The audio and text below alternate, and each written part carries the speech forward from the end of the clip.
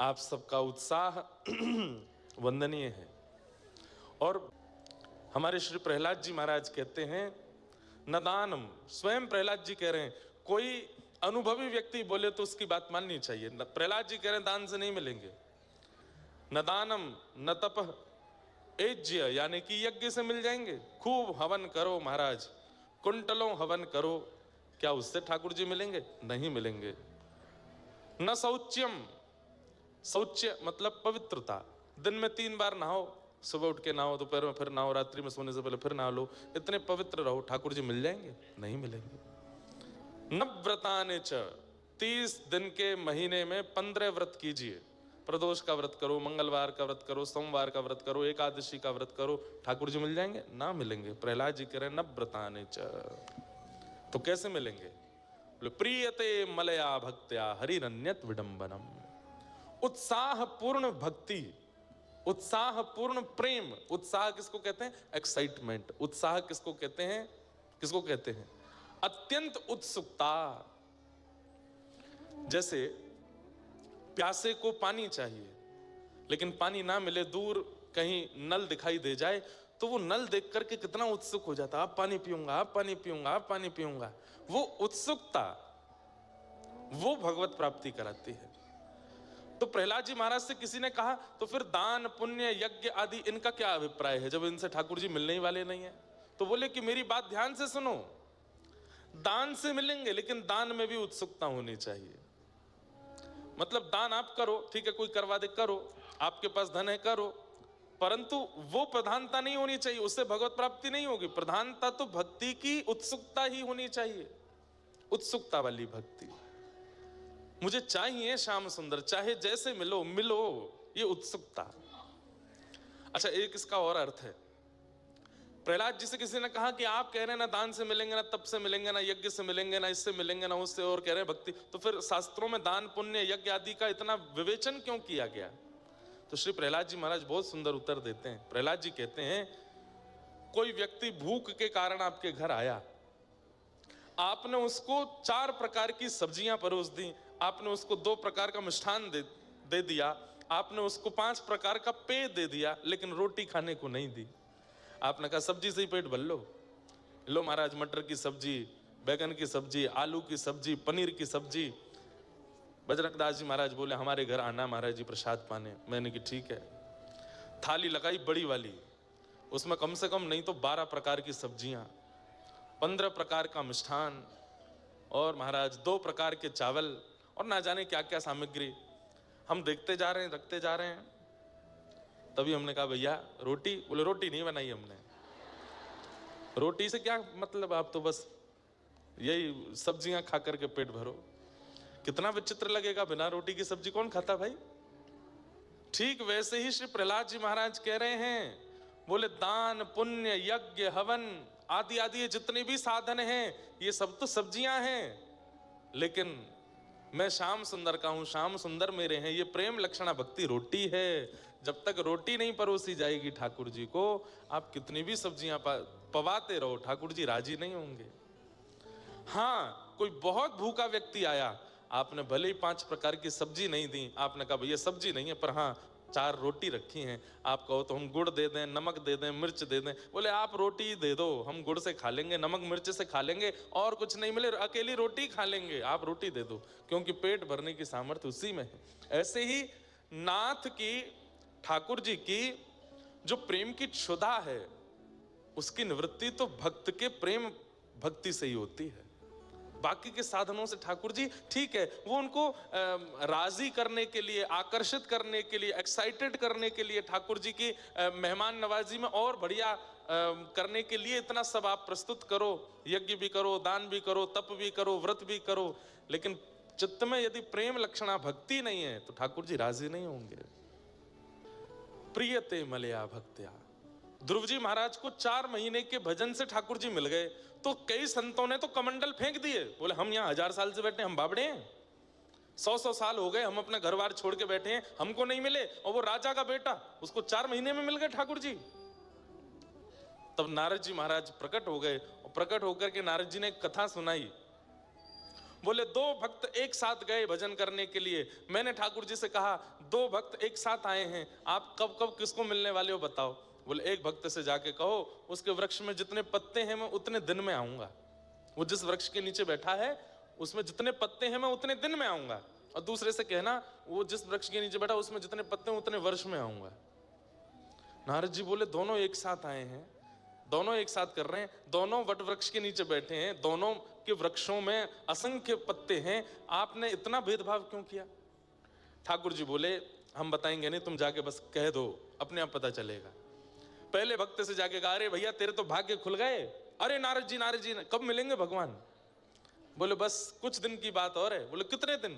बोले ऊपर जो वृक्ष है इसमें जितने पत्ते हैं इतने दिन में मिलेंगे। उसने ऊपर पत्ते देखे, सिर पटकने लगा, अभी इतने दिन और लगेंगे ठाकुर जी को। अरे पत्नी छोड़ के आया, बच्चे छोड़ के आया, परिवार छोड़ के आया, सब घर बार छोड़ करके मैं आया, इतने दिन और लगाएंगे ठाकुर जी। रोने लगा। नारद जी बोले तू तो रो रहा है, उसका दूसरे का क्या होगा, उसको तो उतने वर्ष में मिलने वाले हैं। चल भैया थोड़ी और बोले मैं प्रतीक्षा नहीं, इतने दिन कौन प्रतीक्षा करे, मैं तो जा रहा हूं। नारद जी दूसरे भक्त के पास गए। नारद जी प्रणाम, भगवान कब मिलेंगे। बोले भैया तुम्हारे ऊपर वृक्ष में जितने पत्ते हैं उतने वर्ष में मिलेंगे। इतने में ही वो नाचने लगा, उछलने लगा, नारद जी के साथ ही नृत्य करने लगा, उन्हीं की भुजा उठा करके नाचने लगा। जय हो जय हो, आज मेरे कान तृप्त हो गए, मेरा जीवन तृप्त हो गया, मेरा सर्वस्व तृप्त हो गया। नारद जी बोले तेने भैया कुछ उल्टी सीधी बात तो नहीं सुनी, मैंने यूं कही इतने वर्ष में मिलेंगे, तू इतना नाच क्यों रहा है, कितने पत्ते हैं पता है, इतने वर्ष और लगेंगे।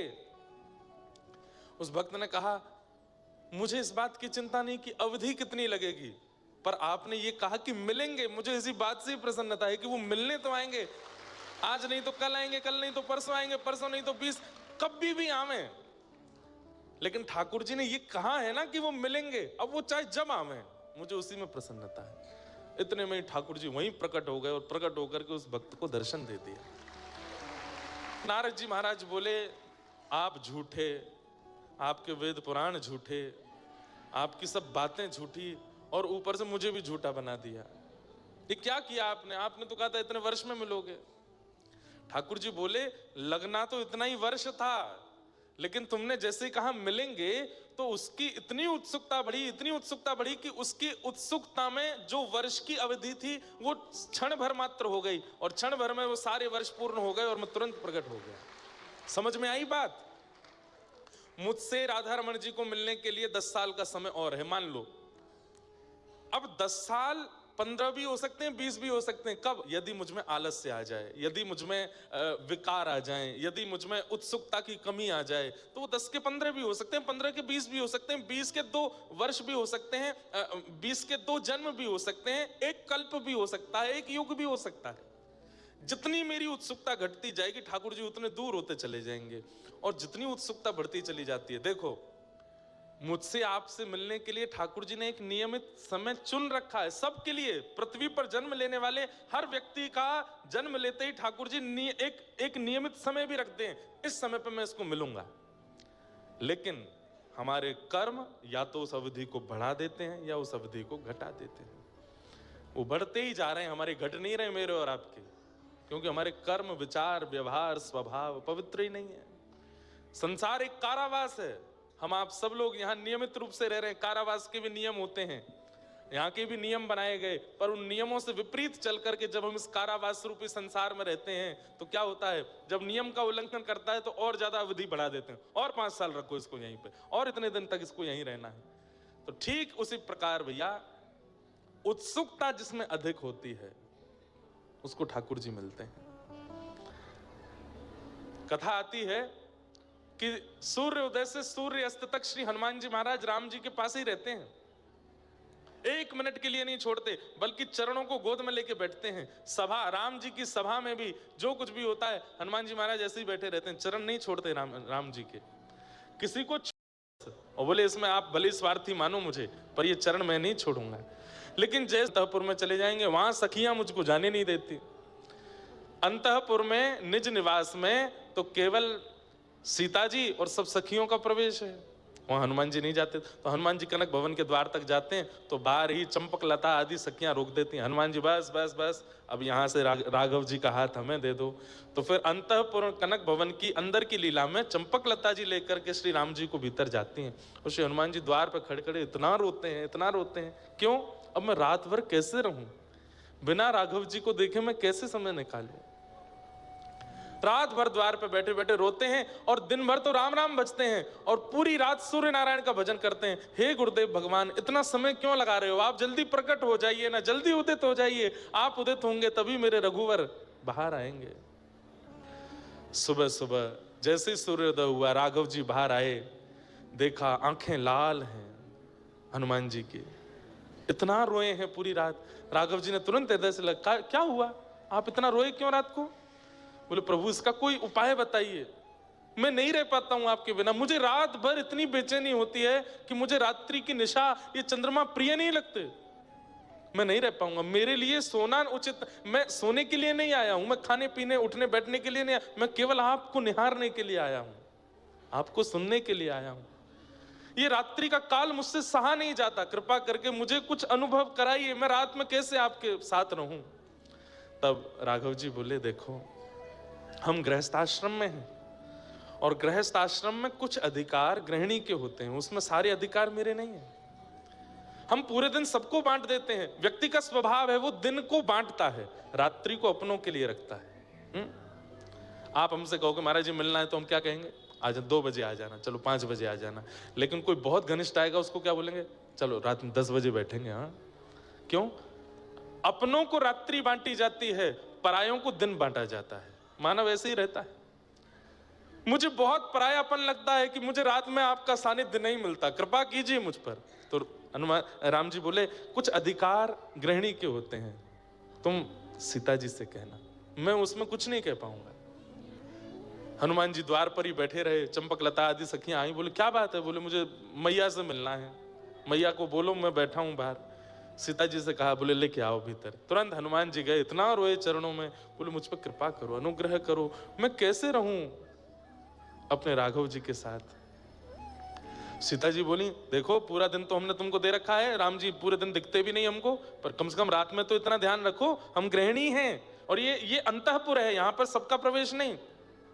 हनुमान जी बोले, मैं तप करने चला जाऊं। बोले क्या करोगे तप में? बोले तप में वरदान मांगूंगा कि मैं भी सखी बन जाऊं, ताकि मुझे भी अंतःपुर मिले। और ये सब करने की आवश्यकता नहीं, तुम बढ़िया रहो प्रेम से। तब जैसे ही हनुमान जी बाहर आने लगे, सीता जी ने तो मना कर दिया, तो चंपक लता सखी ने हनुमान जी से कहा, सुनो आप सरजू जी के पास जाओ, इस अयोध्या नगरी की प्रथम सहचरी सरजू जी हैं, यदि वो अनुग्रह कर देंगी तो कृपा हो जाएगी। और श्री हनुमान जी महाराज इतनी विरह वेदना में सरजू जी के तट पर बैठे हैं कि जैसे ही हनुमान जी का अश्रुबिंद प्रकट होकर के ठोड़ी पर एक बिंदु बना और जैसे ही टपक करके श्री सरजू जी में गिरा, सरजू जी का जल उष्ण हो गया, गर्म हो गया, भाप उठने लगा। तुरंत सरजू जी प्रकट हो गई और प्रकट होकर के कहा, हे यमलोक के राजा यमराज, इतनी वेदना, इतनी पीड़ा क्या कभी किसी को यमलोक में होती है? जितनी वेदना, जितनी पीड़ा में ये एक अश्रुबिंद है।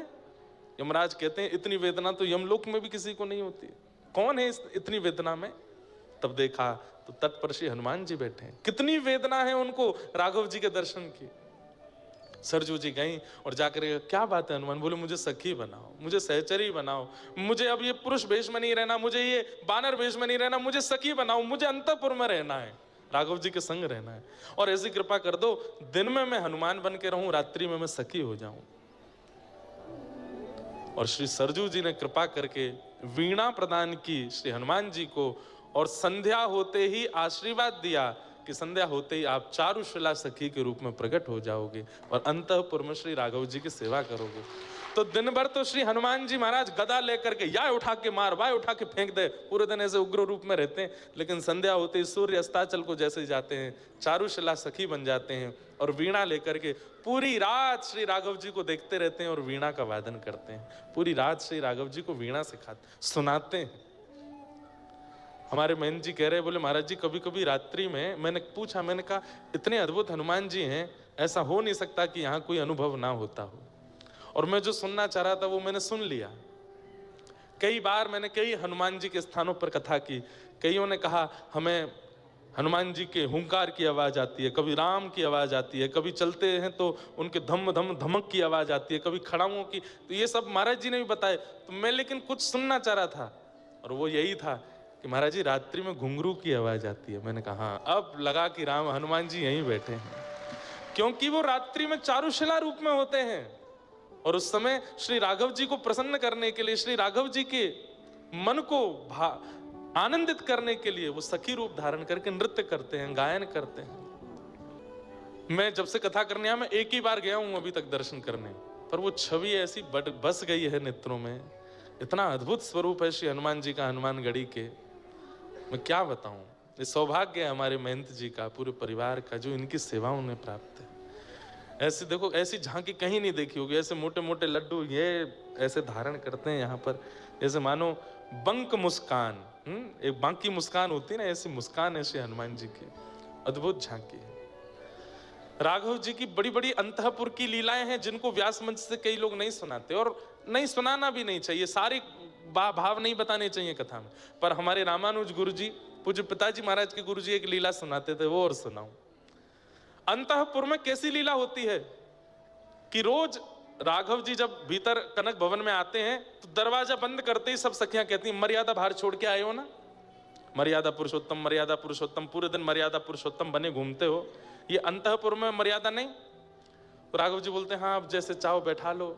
तो सब सखियां लेकर के राम जी को घुमाती हैं, कभी झूला पे बैठाती हैं, कभी कुछ करती हैं। अभी तो ये होली का, इतनी सुंदर होली है राघव जी की, कल अगर अनुभव लगा तो कल सुनाऊंगा। तो सीता जी बोली आज क्या विनोद करें, केवल वृंदावन चंद्र ही विनोद नहीं करते हैं, प्रिया प्रियतम आनंद नहीं करते, यहाँ राघव जी और सिया जी का भी सुख होता है। वो आज क्या विनोद करें, तो सब सखियां बोली क्या करें, नृत्य करें, बोले नृत्य तो रोज ही करते हैं, गायन करें, बोले वो भी रोज ही होता है, कुछ नया बनाए, बोले वो भी रोज, कुछ अलग करो आज। तो राघव जी बोले क्या अलग करो, कुछ अलग नहीं करना, वही कर लो जो रोज करते हो, कुछ गा लो, बजा लो, नाच लो।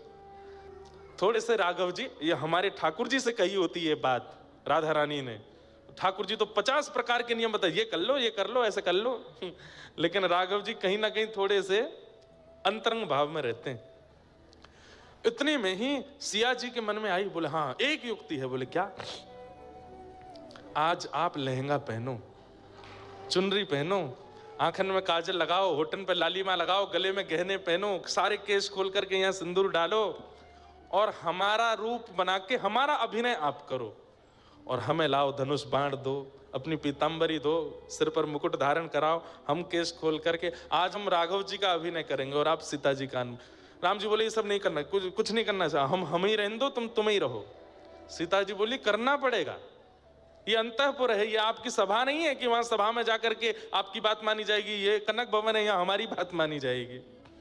राघव जी बोले तो ये क्या तरीका है कि हम कुंडल उंडल पहन करके, आंखन में काजल लगा के, लहंगा बढ़िया पहन के घूमे। बोले कोई बात नहीं, एक विनोद होगा, सखियों को सुख मिलेगा। दूर खड़े चारुशिला जी के रूप में हनुमान जी बड़े प्रसन्न, बोले आज आनंद आएगा, करवा।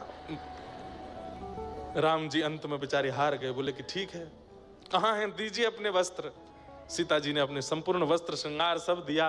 बोले मैं करूं श्रृंगार, नहीं नहीं आप भीतर नहीं आओगी, मैं खुद कर लूंगा। चारुशिला जी बोली मुझे दे दीजिए अधिकार। हनुमान जी वो राघव जी को लेकर के भीतर गए, लहंगा पहनाया, ऊपर चुनरी उड़ाई, आंखन में काजल लगायो। बार बार हनुमान जी के नेत्र सजल हो जाते हैं कि ये सुख तो है जो मुझे बाहर नहीं मिल रहा था, वो अब अंतःपुर में मिल रहा है। और वहां चंपक लता सखी लेकर के गई हैं श्री सिया जी को, और वहां राघव जी का रूप, आहा, नव कंज लोचन कंज मुख कर कंज पद कंजारुण, अद्भुत रूप धारण किया। अब आज कैसा दर्शन हो रहा है, बोले राम जी हो गए गोरे गोरे और सीता जी हो गई हैं सांवली सी। क्यों, श्री राघव जी सीता जी के रूप में और सीता जी श्री राम जी के रूप में। जैसे ही राम जी के रूप में सीता जी निकल करके आई, सब सखियां देख करके आहा बलैया लेने लगी, कितने सुंदर लग रहे हैं, कितने सुंदर लग रहे हैं, तरण तोड़ने लगी, राई नौन करने लगी, इतने सुंदर लग रहे हैं, आज गोरे राम हुए हैं। अब सब प्रतीक्षा कर रहे हैं सिया जी कब आवेंगी। आहा, तभी नूपुरों की छम छम छम आवाज आने लगी। आहा, जैसे ही सिया जी के रूप में श्री राघव जी आए, सखीन की तो दूर की बात, राम रूप में श्री सीता जी ही मूर्छित हो गई देख करके। इतने सुंदर लग रहे हैं, इतने मनमोहक लग रहे हैं। जैसे तैसे होश में आई, होश में आकर के बोली, सुनिए एक काम। बोले क्या? आज से जब तक पृथ्वी पर हम हैं, कनक भवन के अंदर आप ऐसे ही रहोगे, अब हमें ऐसे ही देखना है। राम जी बोले ये सब नहीं चलेगा, हमें आज बना लिया है, फिर कल से। वो कितने सुंदर लग रहे हैं। सखियों से कहा तुम सब जाओ, ये रूप देखूंगी तो केवल अकेली मैं। इतने सुंदर राम जी लग रहे हैं। सीता जी कभी बलैया लेती हैं, कभी आंखों का काजल लगाती हैं राम जी को, कभी राई नौन करती हैं, आरती उतारती हैं। इतने सुंदर लग रहे हैं श्री राघव जी। लेकिन एक विडंबना, क्या? वशिष्ठ मुनि जो यदुकुल के, रघुकुल के आचार्य हैं, वो पूरे दिन तो गुरु रूप में रहते हैं, लेकिन वो जानते हैं कि राघव जी साक्षात भगवान हैं, सीता जी साक्षात लक्ष्मी हैं। तो पूरे दिन तो वो गुरु रूप में रहते हैं, आशीर्वाद देते रहते हैं राम जी को। लेकिन संध्या होते ही वो सरजू जी के तट पर अपनी कुटिया में जाते हैं और तुरंत गुरु रूप त्याग करके एक साधक बन जाते हैं और श्री राघव जी के चरणों में बारंबार प्रणाम कर, मानसी सेवा करते हैं। राघव जी को चित्त में बुला के उनको प्रणाम करते हैं। लेकिन हैं भी तो वशिष्ठ मुनि। अब वशिष्ठ मुनि जैसे सरजू जी के तट पर बैठे, नेत्र बंद करके हृदय में राघव जी को प्रणाम करने के लिए जैसे ही उनका आवाहन किया, तो क्या देखते हैं? राम जी तो गोरे गोरे दिख रहे हैं और सीता जी सांवली सी दिख रही हैं। वशिष्ठ मुनि बोले ये क्या हो रहा है चित्त में? ये राम जी गोरे कैसे हो गए? ये श्याम वर्ण के ठाकुर जी गोरे क्यों दिख रहे हैं? तुरंत सरजू जी में स्नान किया, स्नान करके फिर से माला आदि करके फिर से नेत्र बंद करके जैसे ही मानसी में बैठे, सिंहासन पर गोरे राम जी बैठे हैं, बगल में चुनरी ओढ़ के घूंघट करके सांवली सीता जी बैठी हैं। बोले ये क्या हो रहा है? कहीं ऐसा तो नहीं है कोई संकेत है? कहीं मेरे शिष्य राम कहीं संकट में तो नहीं है? तुरंत कमंडल उठाया, पहुंच गए कनक भवन। अच्छा, गुरु जी को कोई रोक टोक नहीं है कनक भवन में जाने से, इनको कोई नहीं रोक सकता। रात्रि अर्धरात्रि का समय, तुरंत द्वार पर जाकर के सहचरियों को, तुरंत दरवाजा खोलो, गुरु वशिष्ठ खड़े हैं द्वार पे। अब सखी बोली भीतर तो सब डामाडोल चल रहा है माहौल, और ये गुरु जी रात में क्यों आ गए? एक सखी ने दूसरी को, दूसरी ने तीसरी को, ऐसे करके अंतःपुर खबर पहुंचवाई, राघव जी सावधान हो जाइए, गुरु वशिष्ठ आ रहे हैं। अब ये सुनकर के सीता जी राम जी के रूप में वो तो तुरंत उठ करके गई और तुरंत लहंगा आदि सब पहन करके आ गई। और राम जी के कभी केश में कुछ फंस गया, कभी कानन में कुछ फंस गया, कभी ये। बोले ये क्या हो गया? गुरुजी आ गए द्वार पे, अब मैं जल्दी जल्दी वस्त्र कैसे उतारूं? सीता जी बोली जल्दी करो, गुरुजी आवे वारे हैं। अच्छा, गुरुजी प्रतीक्षा नहीं करते, उनके लिए तो द्वार खुलता है सीधे। राम जी जल्दी जल्दी दौड़ करके गए, जल्दी वस्त्र आदि अपने बदल करके, केश आदि सब बांध करके, आंखन को काजल वाजल सब बिल्कुल व्यवस्थित करके, जो भी मुख पर श्रृंगार था सब बिल्कुल हटा करके, मुंह धो धा करके आए करके तुरंत बैठे। इतने में द्वार खुला, गुरु वशिष्ठ आए। दोनों युगल ने प्रणाम किया, गुरुदेव प्रणाम। गुरु वशिष्ठ ने देखा सीता जी गोरी हैं, राम जी सांवले हैं, तो बोले फिर मेरे मन में इतना वो क्यों हो रहा था? राम जी बोले गुरुदेव बड़े संकोच में रहते हैं। राम जी बोले गुरुदेव कोई कार्य था? नहीं नहीं, कार्य तो कुछ नहीं था, बस कुछ था। आप दोनों ठीक हैं? बोले हाँ बिल्कुल ठीक है। कोई कष्ट तो नहीं है ना? मैं गुरु हूं, मुझे बता दीजिए। बोले नहीं गुरुदेव कोई कष्ट नहीं। अच्छा ठीक है, तो मैं चलूं फिर, प्रणाम, कल मिलते हैं सुबह। बोले हाँ गुरुदेव ठीक है। जैसे ही घूम करके जाने लगे, वशिष्ठ जी फिर रुके, फिर दोबारा मुड़े, राम जी के थोड़े पास गए, यहां से केश हटा करके देखे तो बीच में मांग भरी पड़ी है। राघव ये क्या? अब तो राम जी पूरे ठंडे पड़ गए ऊपर से नीचे। नहीं नहीं गुरुदेव कुछ नहीं कुछ नहीं कुछ नहीं, ऐसे गुरुदेव वो आज वो हनुमान जी ने कुछ डाल दिया था, तो चारुशिला जी के रूप में हनुमान जी खड़े बोले मैंने कब डाला? वशिष्ठ जी जैसे ही सिया जी की ओर, सीता जी कभी देखती नहीं है, नीची नजर रखती हैं, लेकिन आज नजर उठा के वशिष्ठ जी को देखा है और नेत्रों में ही समझा दिया। बोले अंतःपुर की लीला है, आप क्यों आ गए बीच में? तुरंत वशिष्ठ जी समझ गए। अच्छा अच्छा अच्छा राघव सुनो। बोले हाँ, अब तुम विश्राम करो, सुबह मिलते हैं। वशिष्ठ जी तो गए, राम जी इतने संकोच में चद्दर लई और श्रृंगार घर में जाके ओढ़ करके बैठ गए। 3 दिन तक ऐसे ही बैठे रहे, ना किसी से मिले ना किसी से, इतने संकोच में आ गए। बोले गुरु जी ने मुझे इस रूप में देख लिया। यहाँ पे दशरथ जी मनाने आए, कौशल्या मैया मनाने आई, केकई मनाने आई, सब मनाने के लिए आ गए, लेकिन राम जी माने नहीं। तब पूछा, बोले क्या हुआ था? बोले गुरु जी जब से आके गए तब से ऐसे ही हैं। तो फिर गुरु वशिष्ठ जी से कहा कि आप जाके राम जी से, तो फिर पुनः गुरु वशिष्ठ जब आए, हल्ला हुआ, गुरु वशिष्ठ आ रहे हैं। राम जी ने फिर चद्दर हटाई, फिर बाहर आ गए। गुरु वशिष्ठ आके बोले, क्या बात है, आप 2 दिन से चद्दर में रजाई में घुसे क्यों बैठे हो, इतना संकोच क्यों? नहीं गुरुदेव, कुछ नहीं। कान के पास जाके वशिष्ठ ऋषि बोले, हम सब जानते हैं ये अंतःपुर की लीला, हम किसी से नहीं कहेंगे, आप बिल्कुल निश्चिंत रहो, किसी को नहीं बताएंगे। अब गुरु वशिष्ठ ने कितनी छुपाई बात कि आज हम मंच से आपको सुना रहे हैं। आज पूरी दुनिया सुन रही है, तो सोच लो गुरु वशिष्ठ ने कितनी छुपाई होगी। लेकिन श्री हनुमान जी महाराज, ये बंधुओं, ये बड़ी अंतरंग लीलाएं हैं ठाकुर जी की। हमारे पूज्य पिताजी के गुरुदेव श्री रामानुज गुरु जी इस कथा को सुनाते थे। आज पता नहीं क्यों श्री हनुमान जी सुबह से ही ऐसे रस में भीगे भीगे से दिख रहे हैं, तो ये सब भाव प्रकट कराए हैं। अनंत बलवंत श्री हनुमान जी महाराज की। तो उनका जो बल दिख रहा है ना, वो तो केवल हम लोगों को बहकाने के लिए कि तुम भैया यहीं तक ही सीमित रहना, मुझसे बल आदि ही मांगना।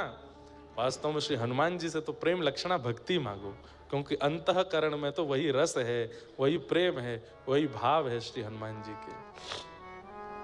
अब मेरे को कथाएं तो इतनी याद आ जाती हैं। कृष्ण लीला में जो वंशी है ना, कल्याण अंक में मैंने पढ़ा था, वो श्री हनुमान जी महाराज हैं। हनुमान जी ही हैं। राम जी ने भरत जी से पूछा कि हनुमान ने हमारी इतनी सहायता करी कि हमें ऋण जैसा लगता है अपने ऊपर, उसके ऋण से हम कैसे ऋण हों? तब भरत जी महाराज बोले, अब ये इसका उत्तर मुझ पे तो नहीं है। तब बोले, तुम जब संशय में आते हो तो क्या करते हो? बोले, मेरे पास तो आपकी पादुका है, मैं आपकी पादुकाओं से संशय का समाधान पूछता हूं। तो राम जी ने अपनी ही पादुकाओं से पूछा। आपने 14 वर्ष तक अयोध्या का पालन किया है, आप हमसे पूर्ववर्ती राजा हैं दोनों, हमारी शंका का समाधान करो, श्री हनुमान जी महाराज के ऋण से उऋण कैसे हुआ जाए। तब प्रभु श्री राम जी की पादुकाओं ने आज्ञा करके कहा कि महाराज एक ही तरीका है। बोले, क्या? हनुमान जी दंडक वन में संतों को आश्वासन दे करके आए हैं कि उन संतों को आप द्वापर युग में कृष्ण रूप में मिलेंगे और वे सब संत गोपी बन करके आएंगे।